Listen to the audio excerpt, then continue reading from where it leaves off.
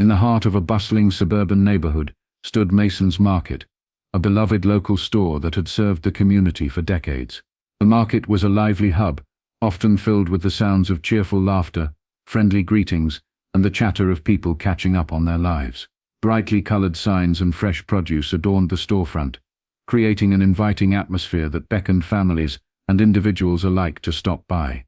The scent of freshly baked bread wafted through the air, mingling with the rich aroma of roasted coffee beans, promising a delightful experience for anyone who entered. As the sun began its descent, casting a warm golden hue over the neighborhood, the streets thrummed with activity. Parents hurried to pick up their children from nearby schools, while friends met for coffee, exchanging stories and smiles. The air was thick with anticipation, as it was the weekend, the perfect time for families to gather, shop, and enjoy the sense of community that Mason's Market represented. It was a time when people put aside their worries, even if just for a moment, to indulge in the comfort of familiarity. However, amidst this vibrant scene, a palpable tension simmered just beneath the surface, ready to erupt.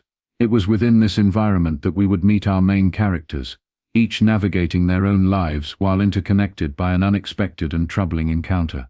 The Johnson family consisted of Marcus and Angela, both in their mid-30s, and their two children, Trey and Jasmine. Marcus, a dedicated high school teacher, was passionate about empowering his students through education, fostering a love for learning that extended beyond the classroom. Angela, a skilled nurse, worked long hours at the local hospital, often coming home exhausted but fulfilled, knowing that her care made a difference in the lives of others. Today, the Johnsons were visiting Mason's Market to celebrate Jasmine's birthday, a special occasion that filled the air with excitement and joy. Jasmine, a bright and imaginative 9-year-old, had been counting down the days until her birthday party, eager to share her love of art with her friends. The family planned to pick up decorations, party supplies, and of course, Jasmine's favorite cake from the bakery section of the store. As they approached the market, Marcus and Angela exchanged smiles, their hands clasped together, while Trey playfully teased Jasmine about her upcoming party.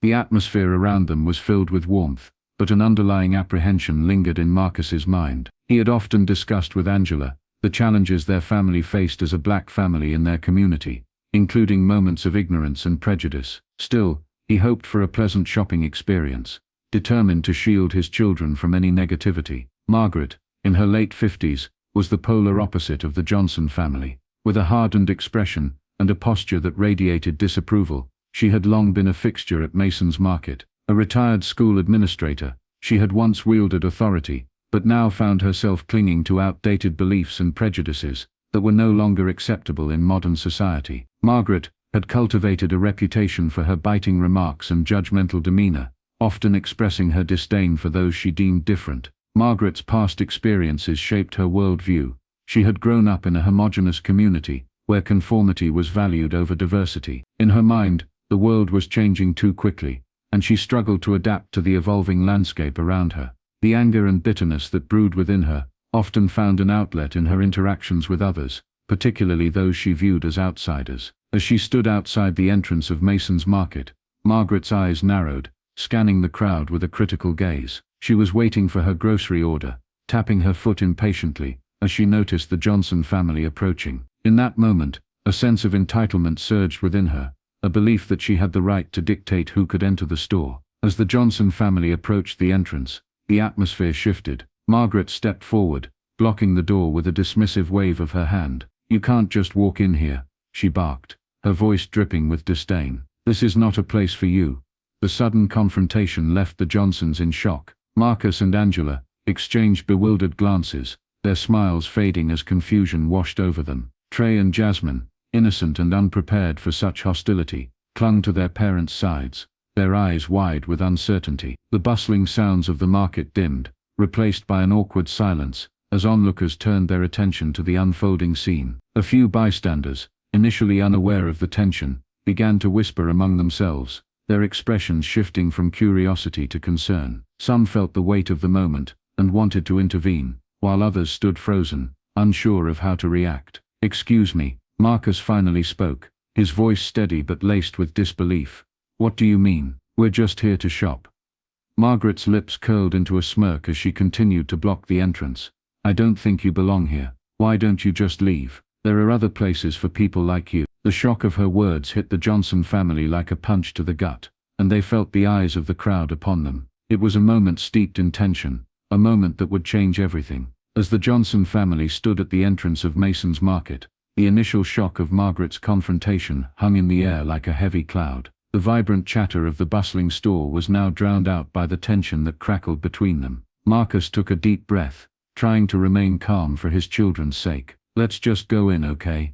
he said, attempting to defuse the situation. "We're here to celebrate Jasmine's birthday, and nothing is going to ruin that." Angela nodded, her expression a mix of determination and concern. "We have a party to plan, and Jasmine deserves this. Let's just ignore her," she suggested, squeezing Jasmine's hand reassuringly. Jasmine looked up at her mother, her bright eyes filled with confusion. "Mommy, why is that lady being mean? We just want to buy cake." Trey, ever the protector of his sister, frowned and added, "Maybe we should just tell the manager. He'll make her let us in." Marcus glanced at his son, feeling the weight of his children's innocence. "I appreciate your bravery, Trey, but let's see if we can handle this ourselves first." As they moved forward, attempting to sidestep Margaret, she stepped even closer, her eyes narrowing. "You think you can just waltz in here? This isn't a place for your kind. There are plenty of other stores you can shop at." "Excuse me," Angela responded, her voice firm yet measured. "We have every right to be here just like anyone else. We're not causing any trouble. We're just trying to celebrate our daughter's birthday." Margaret crossed her arms defiantly. "I don't care about your celebrations. You don't belong here, and I won't let you ruin the atmosphere of my community." The family's frustration grew as they tried to reason with her, but every attempt was met with Margaret's dismissive remarks. Marcus felt a knot tighten in his stomach. He wanted to shield his children from this ugliness, but was also determined to stand his ground. As the confrontation continued, a few bystanders began to take notice, their heads turning toward the scene unfolding at the entrance. Some murmured in disbelief, while others exchanged uncertain glances, torn between wanting to intervene and fearing backlash. An older woman, Mrs. Harper, who had been shopping nearby, stepped forward. "Margaret, this is unacceptable. They're just trying to shop like everyone else," she called out, her voice rising above the tension. Margaret shot a glare at Mrs. Harper. "Mind your own business, Helen. You don't know what's best for our community," she snapped back, her tone dripping with disdain. The Johnson family exchanged glances, a flicker of hope igniting within them at Mrs. Harper's support. But Margaret wasn't done yet. She raised her voice, causing more people to turn and listen. "You all don't have to be part of this. If you're really against me, then maybe you should take a look at what this neighborhood is becoming." Marcus clenched his fists at his sides, feeling the anger rise within him. "This neighborhood is about inclusivity and community, not division," he asserted, meeting Margaret's fierce gaze. "We're just here to shop, and that shouldn't be a problem." Jasmine, who had been quiet up until now, tugged at her father's sleeve. "Daddy, I want to go inside. I want my birthday cake." Her voice, tinged with innocence and desperation, struck a chord with the onlookers. The crowd's reaction was mixed. A few people nodded in agreement with Marcus, while others whispered among themselves, unsure of how to respond to the unfolding drama. Trey, sensing the tension, put his arm around Jasmine protectively. "Don't worry, Jasmine, we'll get in there," he said, trying to be the brave big brother. But as the standoff continued, the emotional stakes escalated. The children were feeling the tension around them. Jasmine's excitement was fading, replaced by uncertainty and fear. Marcus noticed her expression falter, and it pierced his heart. He wanted to shield her from the cruelty of the world, yet here they were, facing it head-on. As the argument between the Johnsons and Margaret persisted, more people gathered, intrigued by the scene. Among them was David, a middle-aged man who had been shopping for his family. He watched the confrontation unfold, his heart heavy with a familiar sense of injustice. Growing up in a diverse neighborhood, David had always believed in standing up against discrimination. He felt compelled to act, but his own fears held him back. David glanced at a friend, Maya, who had come with him to the market. Maya, an outspoken advocate for social justice, felt a surge of frustration at Margaret's blatant racism. She stepped forward, her voice rising above the commotion. "Margaret, your ignorance is appalling. This is a free country, and they have every right to be here. You should be ashamed of yourself." Margaret scoffed, her eyes darting between the family and the onlookers. "And you all should be ashamed for supporting them." This is what's wrong with society today. Her words ignited a low murmur among the crowd, some people nodding in agreement with Maya, while others looked uncertain. In the midst of this chaos, David decided it was time to share his own experience. He stepped forward, his voice steady but filled with emotion. "You know, I remember when I was a kid, and my best friend was black. We were inseparable, but I saw my fair share of discrimination directed at him. It hurt me then, and it hurts me now to see this happening." The crowd listened intently as David continued. "We need to support each other, not tear each other down. If we allow hate to fester, we lose what makes our community strong." As the scene unfolded, the inner thoughts and feelings of the Johnson family and Margaret began to take shape, adding layers of complexity to their characters. For Marcus, the desire to protect his family was paramount. He felt the weight of history on his shoulders, knowing that this moment was not just about them but also about generations who had fought against oppression. The thought that his children might inherit a world filled with such hatred filled him with a determination to stand firm. He wanted to teach them the importance of standing up for what is right, even in the face of adversity. Angela grappled with her emotions as well. As a nurse, she had seen the best and worst of humanity. This moment reminded her of the countless times she had fought for her patients, advocating for their rights. Her resolve strengthened. She focused on keeping her children calm and composed, drawing on her experiences of resilience in the face of hardship. "We will not let her ruin this day for us," she whispered to Marcus, determination lighting up her eyes. Trey, caught between the innocence of childhood and the harsh reality unfolding before him, felt a mix of fear and anger. He had always looked up to his father as a role model, someone who stood up for justice. As he watched his dad confront Margaret, Trey felt a surge of pride, but it was accompanied by a profound sense of confusion. Why do people act this way? He thought, struggling to comprehend the adult world around him. Jasmine, on the other hand, was simply heartbroken. Her birthday, a day she had eagerly anticipated, was marred by this ugly confrontation. She wanted nothing more than to celebrate with her family and friends. Why can't everyone just be nice? She thought, her innocent heart struggling to reconcile the cruelty of the world with her joy for her special day. As for Margaret, the confrontation was a culmination of years of bitterness. Deep down, her actions stemmed from fear, a fear of change and a fear of being left behind. She clung to her outdated beliefs, mistaking them for protection. In her mind, she was the guardian of a community that was slipping through her fingers. But as she faced the Johnsons and the growing crowd, she felt the walls of her worldview starting to crumble, even if she refused to acknowledge it. Each character's internal struggle painted a vivid picture of the conflict at hand, making the stakes higher as the situation escalated. The atmosphere thickened with emotions, as the Johnsons stood firm in their resolve, and Margaret continued to dig her heels in, refusing to back down. The tension at the entrance of Mason's Market reached a boiling point. The murmur of the crowd grew louder, voices blending into a chaotic chorus of disbelief and anger. Marcus stood his ground, trying to remain composed as Margaret continued her tirade. "You don't belong here. You think you can just invade our community with your presence," she shouted, her voice rising above the noise, her face flushed with anger. "Margaret, you're being ridiculous," Mrs. Harper exclaimed, stepping forward to stand beside the Johnson family. "These people are here to celebrate, just like everyone else. You can't dictate who gets to shop here based on your outdated beliefs." Margaret's gaze shifted from Mrs. Harper to Marcus, her expression a mix of disdain and defiance. "You're just encouraging this nonsense, Helen. This is my neighborhood, and I won't let it change." As the argument escalated, the store manager, Mr. Mason, a balding man in his 50s, emerged from behind the counter, drawn by the commotion. His brows furrowed in concern as he assessed the situation. He had always prided himself on fostering a welcoming environment in his store, and seeing such hostility was disheartening. "What's going on here?" he asked, his voice authoritative but calm, as he approached the crowd. "Mr. Mason, you need to do something about this woman," Angela called out, her voice steady, despite the anxiety bubbling beneath the surface. "She's blocking us from entering the store and spreading hate." Margaret's expression twisted with indignation. "I'm just trying to protect our community. These people don't belong here." Mr. Mason turned his attention to Margaret, disappointment evident in his eyes. "Margaret, this is not how we treat customers in my store. Everyone is welcome here, regardless of their background." The crowd murmured in agreement, emboldened by Mr. Mason's support. This is unacceptable, he continued, looking directly at Margaret. If you cannot respect the people who come into this store, I will have to ask you to leave. Margaret's face darkened, and for a moment she faltered, as if the weight of the situation finally dawned on her.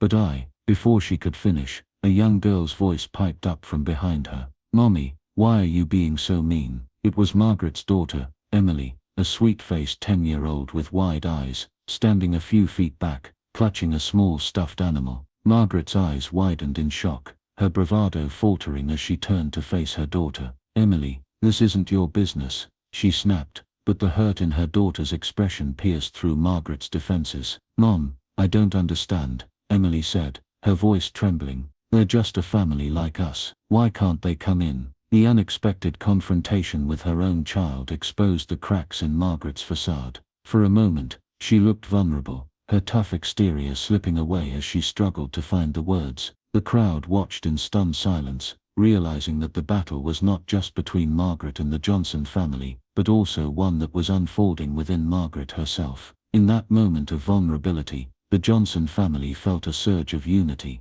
Marcus stepped forward, determination etched on his face. Look, we're not here to cause trouble, he said, addressing both Margaret and the onlookers. We're here to celebrate our daughter's birthday, just like anyone else would. We have every right to be here. Angela stood beside him, her hand resting reassuringly on Jasmine's shoulder. We're just a family trying to enjoy our time together. No one should be made to feel unwelcome for who they are. As the crowd began to murmur in agreement, Marcus glanced at Margaret, sensing her unease. I get that you might feel threatened by change, but that doesn't mean you have to lash out at us.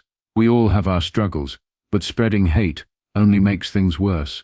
Margaret's deep-seated fears and insecurities began to surface as she struggled with her emotions. For years, she had clung to her prejudices, believing they protected her from a world that was moving too fast. But now, facing the consequences of her actions and her daughter's questioning gaze, the facade began to crumble. I'm just trying to protect what I know, Margaret finally stammered, her voice wavering. This community, it's changing, and I don't know how to handle it. Emily stepped forward, her small frame shaking slightly. Mommy, you taught me that everyone deserves to be treated nicely. Why can't we just let them in? They're not bad people. The vulnerability in Margaret's expression deepened, and for a moment, it looked as if she might break down.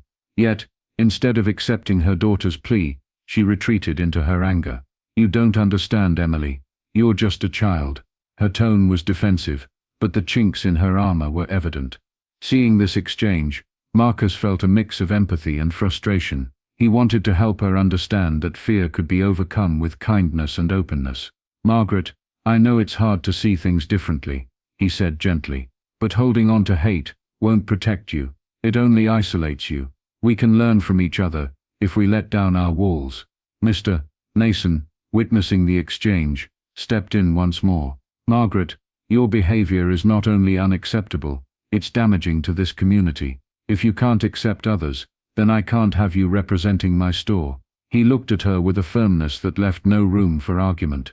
You need to leave, or I'll have no choice but to call the authorities.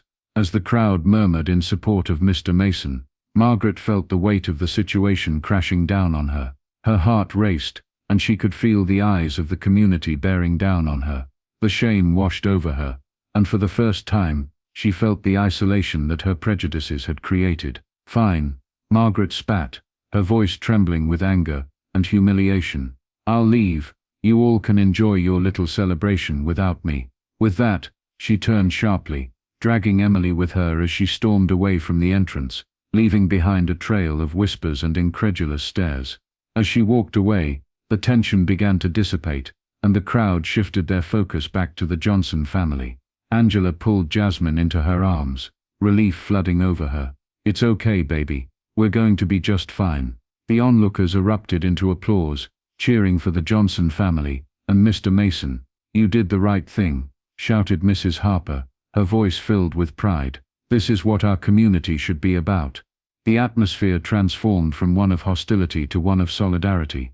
Marcus felt a rush of emotion as he looked at his family and the supportive crowd around them. Thank you, everyone, he said, his voice cracking with gratitude. Today was supposed to be a celebration, and we won't let anyone take that from us."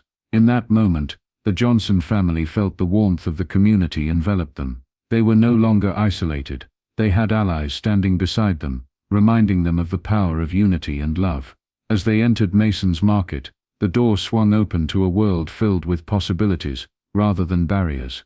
Inside, the colorful decorations and tantalizing aroma of baked goods awaited them. Jasmine's eyes sparkled with excitement, and her earlier fears melted away as she took in the festive atmosphere.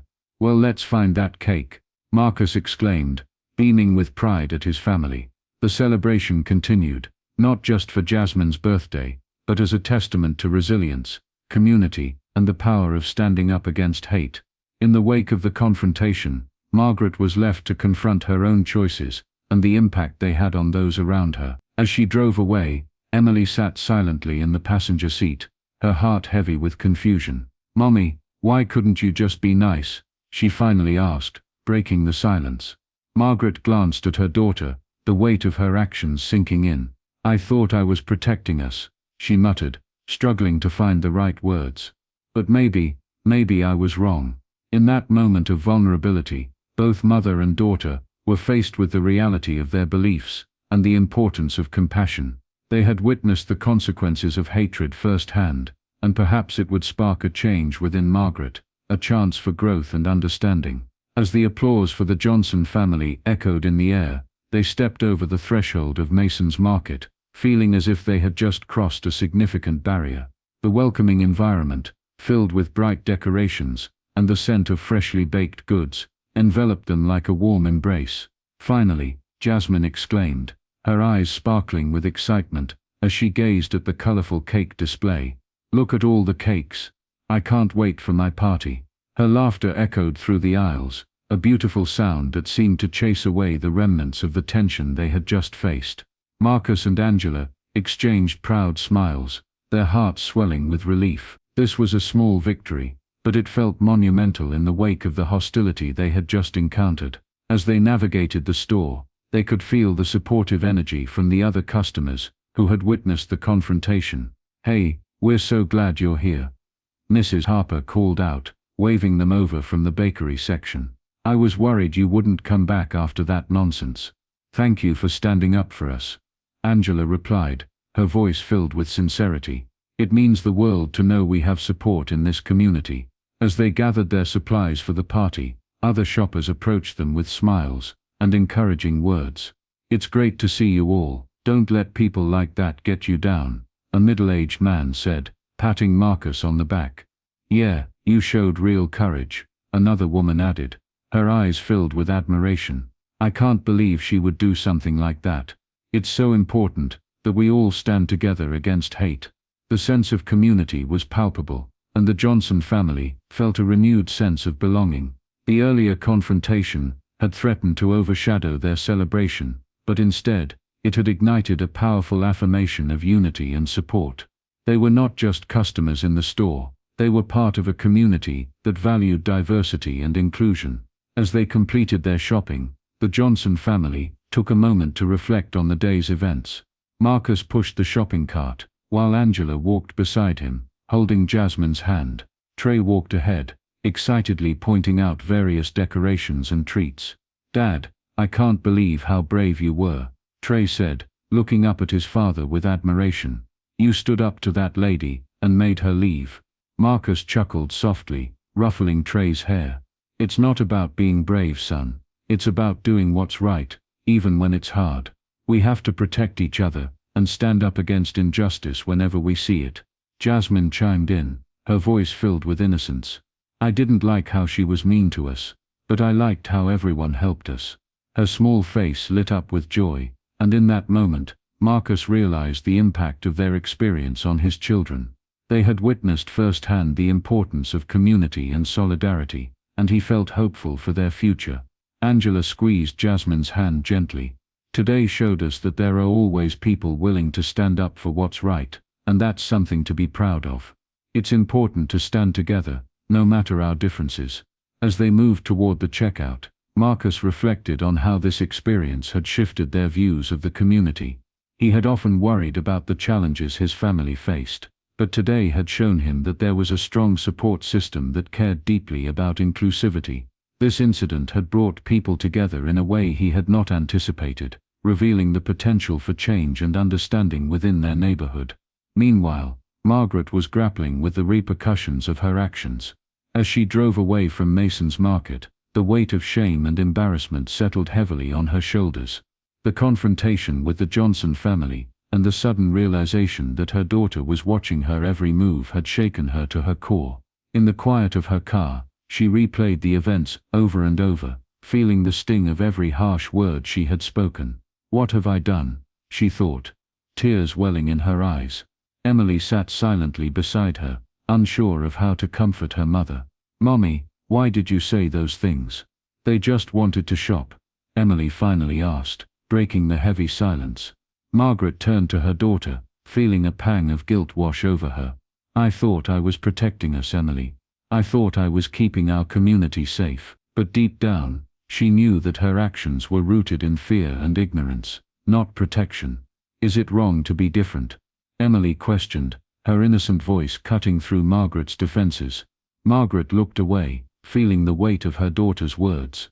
"No, sweetie, it's not wrong, but sometimes, change can be scary." In that moment, Margaret realized she had a choice to make.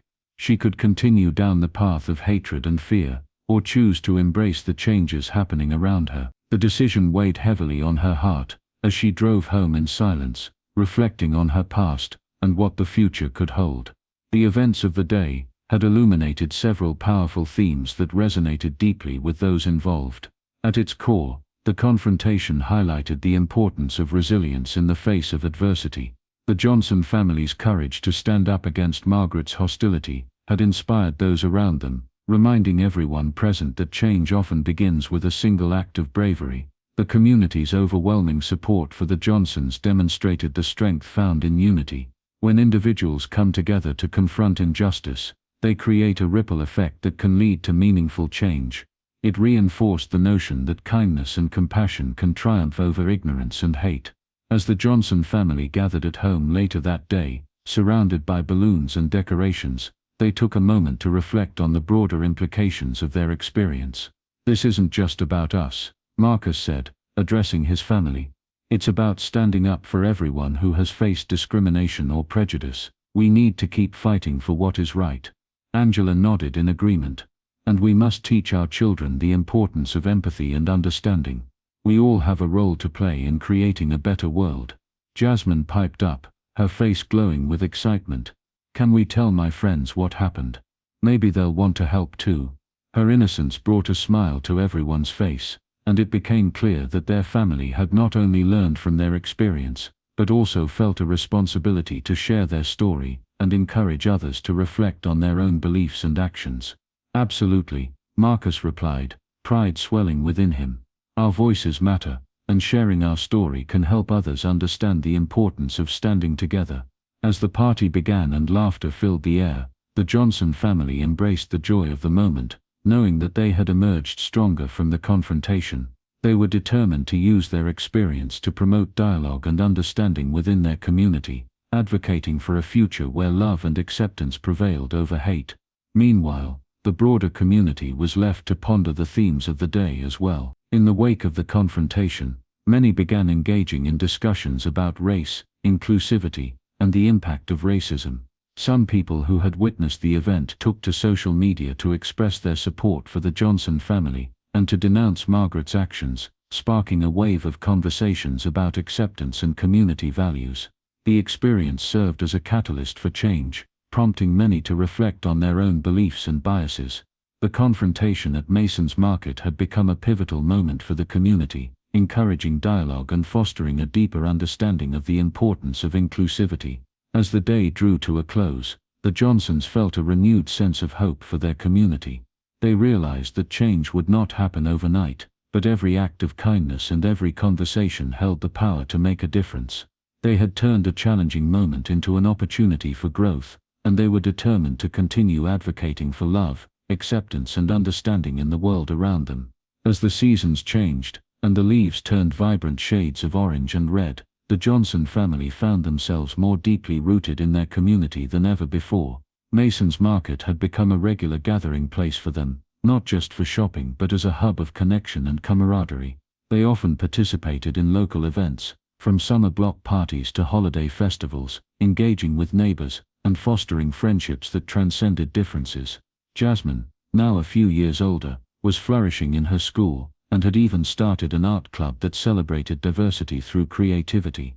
Her love for art became a powerful outlet, encouraging her classmates to express their unique backgrounds and experiences. She often spoke about her birthday incident as a way to promote understanding, reminding her friends of the importance of kindness and acceptance. "We all belong here," she would say, her voice filled with youthful passion.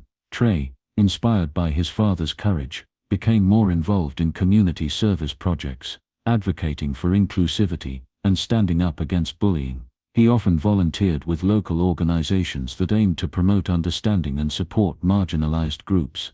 Through his efforts, he connected with peers who shared his vision for a more inclusive community, empowering others to join the cause.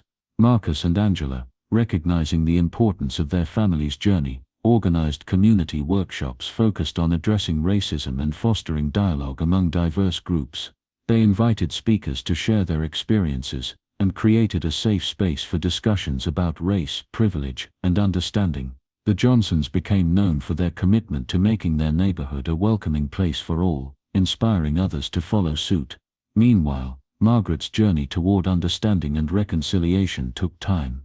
The confrontation at Mason's Market weighed heavily on her conscience, and as she reflected on her actions, she began to seek out ways to change. With Emily's encouragement, she started attending community events that focused on diversity and inclusion, reluctantly at first, but gradually becoming more open to new perspectives. At one of these events, Margaret approached Marcus and Angela, her heart pounding. "I want to apologize," she said, her voice trembling. "What I did was wrong, and I've realized that I need to change." Though hesitant at first, Marcus and Angela accepted her apology with grace, recognizing the importance of fostering understanding and reconciliation. Over time, they worked together to bridge the gap that had once divided them, becoming advocates for a community that embraced change. The ripple effects of their actions began to spread throughout the neighborhood. Conversations about racism and inclusivity became more common, and community members felt empowered to speak up against discrimination. People who once turned a blind eye began engaging in discussions and initiatives aimed at creating a more inclusive environment. It became clear that the collective efforts of individuals could lead to significant change. As the community flourished, it was a reminder to everyone that each person has the power to make a difference. The Johnson family's story became a source of inspiration for many, encouraging others to reflect on their own beliefs and actions. "Change starts with us," they would say, advocating for the power of unity and understanding. In the end, the journey was not just about the Johnsons or Margaret, but about the community as a whole, an ongoing effort to cultivate love, acceptance and resilience in the face of adversity. And as the sun set over their neighborhood, casting a warm glow on the vibrant community, it became clear that together they were building a brighter future for everyone.